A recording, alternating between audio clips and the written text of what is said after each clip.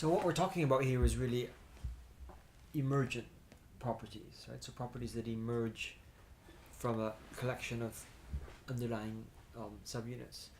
How would you summarize an emergent versus a versus a reductionist approach to science?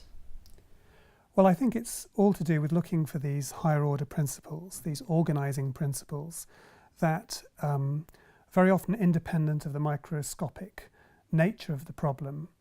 And I think also what's rather important is that new elements of reality appear that are not present in the microscopic, or not obviously present in the microscopic description of the system. So I think ferromagnetism, the way the spins are all pointing in one direction, is a good example of that, because you don't see that in one atom. You need a collection. Collective effect. But it's not the case that it's not present. It's not like there's a new substance coming in, but you're saying there's a new organizational principle and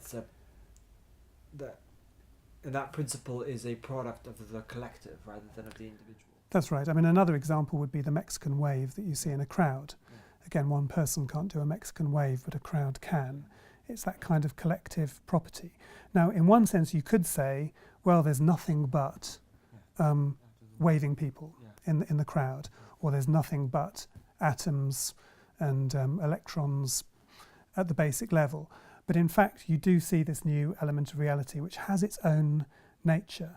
And I think in condensed matter physics, there's a lot of examples of that. So, for example, when you have, I suppose, the equivalent of a Mexican wave in terms of the vibrational properties of a solid or the magnetic waves, they behave like individual particles.